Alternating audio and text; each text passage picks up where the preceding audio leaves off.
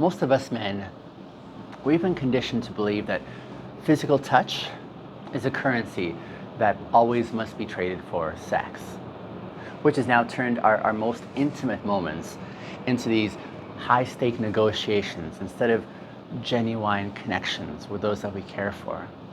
We've in essence been raised in a world where the only authorized reason for a man to physically be close to a partner is to move to the bedroom, right? This has now created this massive physical poverty in our lives where we've forgotten how to just give a hug that is just a hug, right? We've forgotten how to hold a hand without it being a test to see how far one can go. And we've turned touch now into a transaction where every graze on the arm or every kiss on the neck is this opening bid in a sexual contract. And because of this, many of us and our partners, we've become guarded. We've learned to stiffen up, right? We've learned to stiffen up because we just don't want to send the wrong signal. We're starving for human contact, but we have become so terrified that if we offer it, it'll be misinterpreted as a demand for more. We've essentially narrowed that entire spectrum of human touch down to a single outcome. And in doing so, we've lost the most powerful way that we have to actually see and be seen by the people we deeply love and care for. Now, Bintegers is really the practice of becoming whole and being seen. We're letting what's true within us be seen by those around us. And we're moving into deep waters now of physical presence today. We're looking today at how we handle touch and how we handle proximity and escalation. Now, this is a vital part of being a Binteger. We're not just trying to be men who get lucky. We're trying to be whole individuals who move towards wholeness by making sure that our internal values match our external actions. Now, this brings us to one of our core pillars, which is integrity. Integrity for me is truth that's aligned inside and out. So say if we're giving a back rub on the outside because we truly want to comfort our partner, but on the inside we're just using it as a tactic to get sex, we're not in integrity here. We are being manipulative.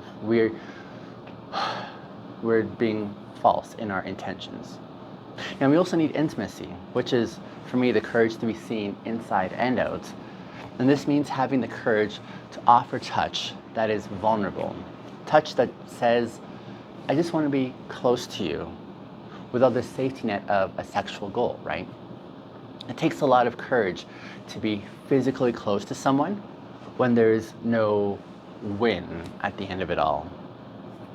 Now, we have to admit that many of us, we have a victory reflex when it comes to touch, right? We've been taught that a man's job is to just keep escalating things. So if she kisses us, we move to the neck, right? If she holds our hand, we move to the waist. We are always seemingly looking for that next level of achievement. We think that if we stay in one place, then we're failing or losing momentum. But this automatic escalation is a massive breach of consent, I would say. It assumes that because someone has consented to, say, level 1, then they have to automatically go to level 10 because that's what they consented to all along, and that's a lie. Real consent is specific and it's ongoing. To be a Binteger, we have to learn how to stay in the moment. We have to learn that a kiss can just be a kiss and still be 100% successful. When we stop trying to get somewhere, it's only then that we can finally start being somewhere. We move now from being predators of the next moment to being present in the current moment. I'd say one of the biggest hurdles that we face is this awkwardness of non-sexual touch, right? Because we've spent so much of our time using touch as a sort of lead-in, right? Doing it for its own sake just kind of feels strange, doesn't it? We might feel like we're being too soft or not masculine enough. But we have to realize that it takes much more courage to hold someone in a way that is purely supportive than it does to follow a sexual script. It requires us to be whole in our bodies, and we have to be okay with just being, right? When we offer touch without an agenda, we're becoming safe men. We're proving that our hands are not tools for our own pleasure only, but they're like, in essence, extensions of our integrity. Now, this creates a massive shift in our relationships, where our partners can finally relax. They don't have to guard their bodies whenever we walk by. They know that a hand on their shoulders is just a hand on their shoulders. And they can now feel safe to be seen because they know that we aren't constantly shopping for an opening to exploit. Now, let's maybe look at some questions that may come up when we talk about this topic. I think a lot of men ask something like, they'll say, but isn't it natural for touch to lead to sex, right? That's a fair question. And of course, touch is a part of sex, yes. But if touch always leads to sex, then what you have here is a policy, not a connection. See, if every time you touch your partner and they feel like they are starting a clock, they're gonna stop wanting to be touched, right? They'll start to pull away from even small touch because they don't always have the energy for that big finish that you're aiming for. So by separating affection from sex, you're making sex a lot better because now it becomes a choice rather than this invasion of your will. You're in essence creating a world where touch is clean and it's not loaded with expectations, right? Now, another common question is, how do I know if they want like affection or sex? Or affection without sex, right? This is where we go back to our relational literacy that we covered a few episodes ago. We use our words here. We ask. We say, hey, I just want to hold you for a minute. Is that okay, right? Or, listen, I'm not looking for anything more. I just missed being close to you. Now, at first, this might feel a little bit clunky, right? But this is like the ultimate act of integrity here. You're making your inside truth visible on the outside because you're being clear. You're removing the guessing game. So when you tell your partner exactly what your touch means, you're giving them the authorization to relax. You're showing them the map, if you will, of your intentions. And this is how we can build a border of safety around our physical connections, right? Now, some men also ask, what if I start with non-sexual touch, but then I do get turned on in this zone? Am I lying then? Am I being deceitful? This is a really good point. See, getting turned on is a natural response of our body, isn't it? It's not a lie. The integrity comes though in how you handle that, right? If you feel that shift, you have to be brave enough to communicate it or de-escalate it, especially if you know the other person isn't quite there, right?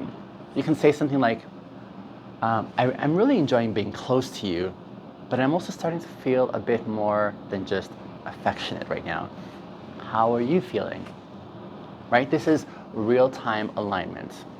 You're being seen in your physical reality, but you're also still respecting that border, right? You aren't just sneaking your way towards sex, you're inviting them into the conversation about it. So this is the difference, I'd say, between being a whole individual and someone who is divided, right? Now, think about the touch hunger that exists in our society today.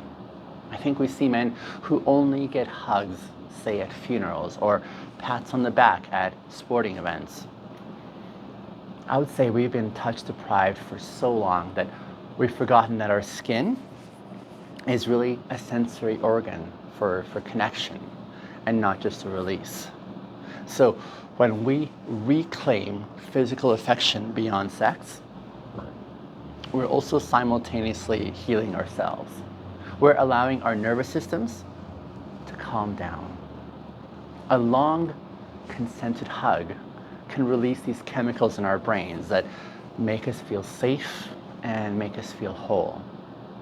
And if we only do this during sex, I would say we're missing out on like 99% of the benefits of human contact. To be a Binteger, we have to be whole body individuals. We have to be able to give and receive warmth without needing this payoff, right? Consider, if you will, the analogy of a garden.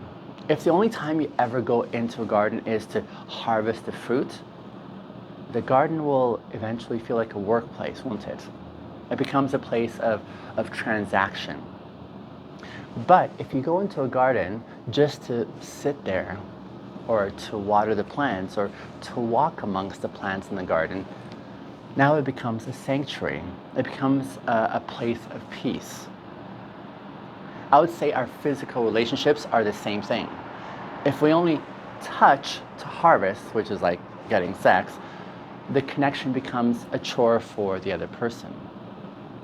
But if we touch to tend, like showing affection, the relationship now becomes a sanctuary. We're making it a place where both people want to be. We're authorizing this space to feel like a place of rest and peace, right?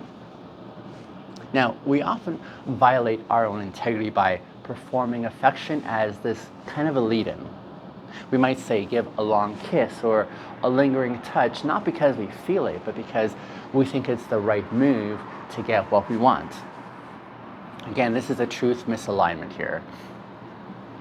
Our outside actions are acting romantic, but our inside is more calculating, right? And this is why so many partners feel used after sex. They realize the affection wasn't real in the first place, it was just marketing. So to be a Binteger here, we have to stop the marketing. We have to ensure that every touch is honest. If you aren't feeling affectionate, then don't perform it. And if you aren't feeling affectionate, don't load it with like a hidden agenda. Be genuine in the midst of that engagement. This is especially important, I would say, in our platonic relationships. Men, we're often terrified of touching our male friends or their children in ways that isn't roughhousing or brief, right, in length of time. We've been told that softness is weakness.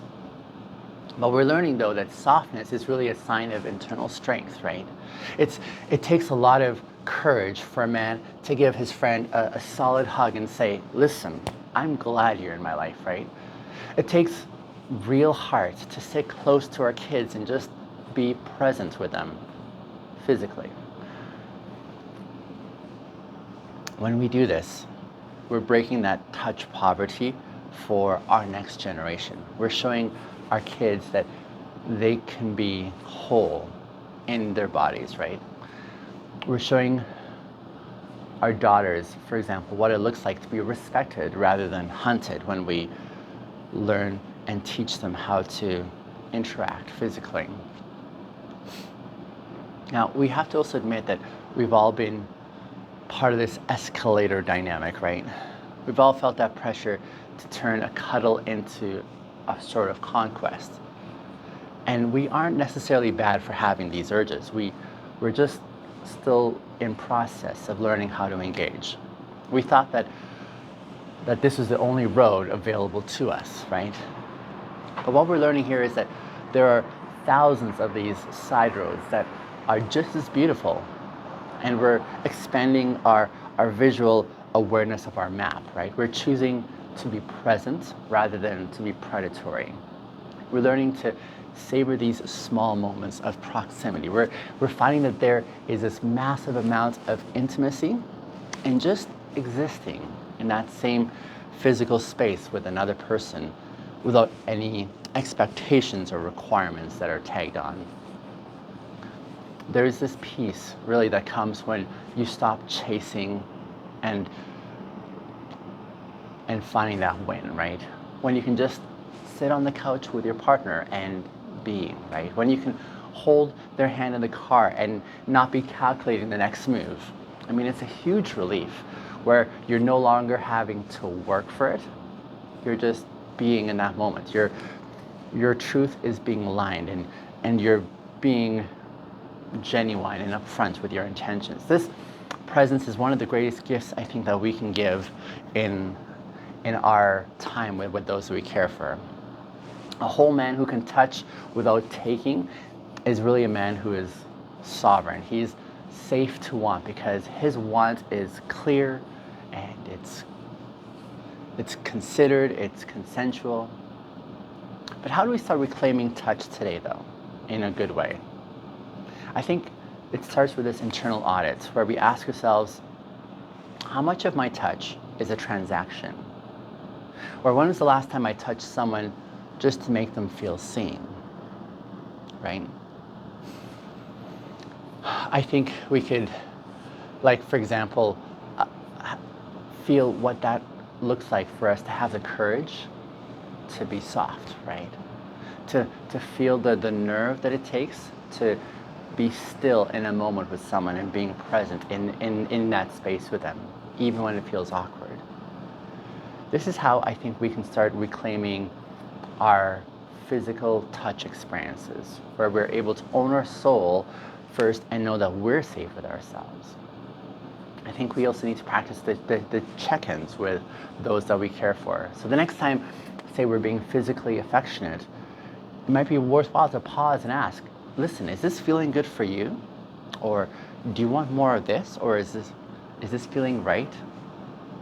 This might feel dangerous because it may break the spell, but the spell was usually just trying to guess anyway, wasn't it?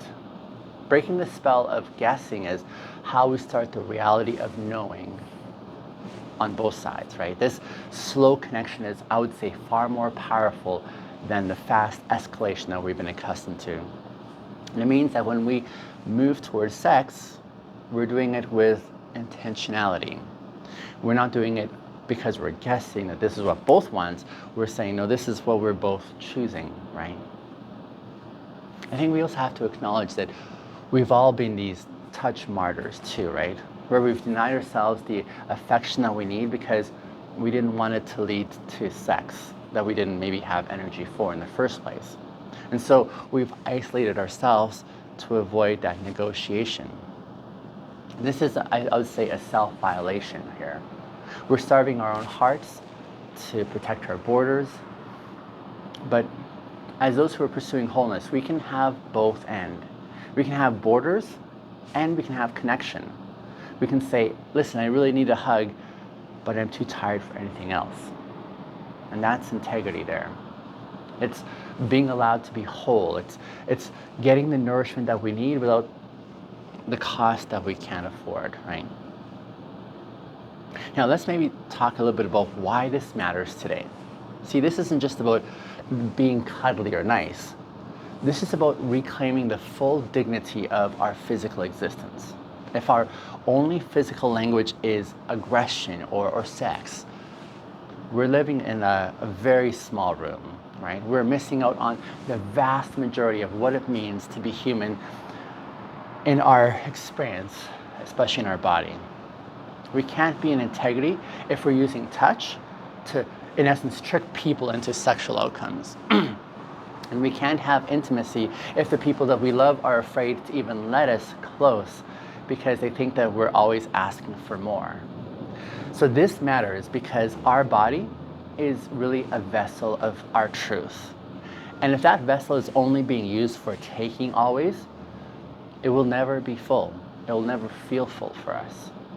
So this is basically the heart of physical integrity here. It's the courage, it's this courageous decision to use our hands to bless rather than to take. It's the realization that our strength is most visible when it's restrained. See, a man who can hold without clasping is a man who truly understands power. And if you want to be a man who's safe to want, you have to be a man who is safe to touch in the first place. You have to be willing to let the moment feel incomplete by your old standards so that it can be whole by the new standards you're adopting as a binteger. So you have to be willing to let the sexual tension exist without needing to resolve it immediately. So what I'm doing is I'm calling to you to point this out. Like, this is a challenge. Maybe for the next few days, would you consider what it's like for you to be the guardian of non-sexual touch? Can you intentionally offer affection that has nowhere to go than just being in that moment? And when you feel that escalation kicking up, that urge to move your hand a little lower or to turn the hug into a grope, just stop in that moment and stay right where you are. I want you to inhabit that level with your full presence without needing to escalate it. Stay on point on that one simple connection and see what happens to your heart. See if you can feel the courage of just being a warm, safe presence for someone else without needing to take it to the next step further. This is a high stakes move. It feels risky because we've only been told that if we don't take it, then we won't get it, right? But I would propose that the opposite is true here. When you stop taking, people then start offering. When we become safe to touch, we find ourselves touched more often. But don't do it just for the return here.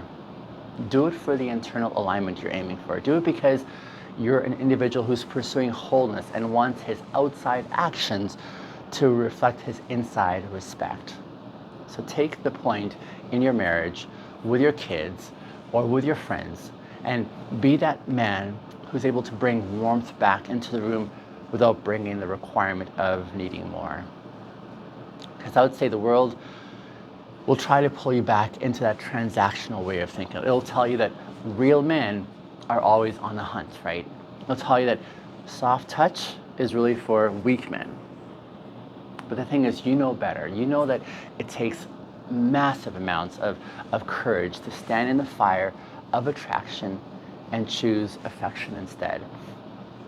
Because you're really choosing this multi-dimensional option. You're choosing to be a full individual with a robust engagement. You're choosing to be someone who is seen for who he is, a man with a heart that can actually love without needing to possess. So trust in that wholeness and lean into that courage that it takes to be gentle. Now, don't just listen to this and think that it's a nice idea. That's for men who aren't in the arena, right? We're looking for the kind of men who are ready to take the field and to change how they inhabit their own skin. See, have the stout-heartedness, if you will, to give a long hug today with no exit strategy here. Have the courage here to hold your partner's hand while you watch a movie and try not to escalate it. Have the courage, if you will, to tell someone, I just want to be close to you, and that's all. This is the field that we're inhabiting. This is the space where we prove that we are becoming whole. This is where we prove that we are not following that old script that had us divided internally. Because our body is not a weapon or a tool. It's our home. It's time to make this home a place of peace, isn't it? It's time to let that physical poverty come to an end. It's time to stop guessing and to start honoring. Because we are enough just as we are, even when we aren't performing this sexual itinerary. Our value is not in our utility in the bedroom. It's in our internal alignment, right? And how we express that in the hallway. So be brave enough to be seen in the midst of your softness. Be courageous enough to be seen in your stillness. Because we are becoming whole with each choice that we make to do this. Because Bintegers is really, again, the practice of becoming whole and being seen by those around us that we care for. So let's keep letting what's true inside of us be seen by those around us. So listen for that pause today. that opportunity, when you feel the old urge to jump in and take over and turn that hug, say, into a sexual demand, pause, count to 3, ask a question, don't invade, don't assume, just inhabit that silence with your aligned presence and see what happens to the trust that you have with them when you stop stealing the mic and start consenting to the connection, right? So let me know how this episode, these ideas in today's episode landed for you. Is this a revolutionary way of thinking for you? Where were the points of tension? What were the epiphanies that came across the way? Were there ideas that I missed that are also worthwhile considering? I'd love to hear from you. Drop those down in the comments below. And in the meantime, I hope you'll join me for our episode tomorrow. I don't remember offhand what we're talking about, but do come and join me for that one as we continue this series. I appreciate you guys listening in. See you tomorrow.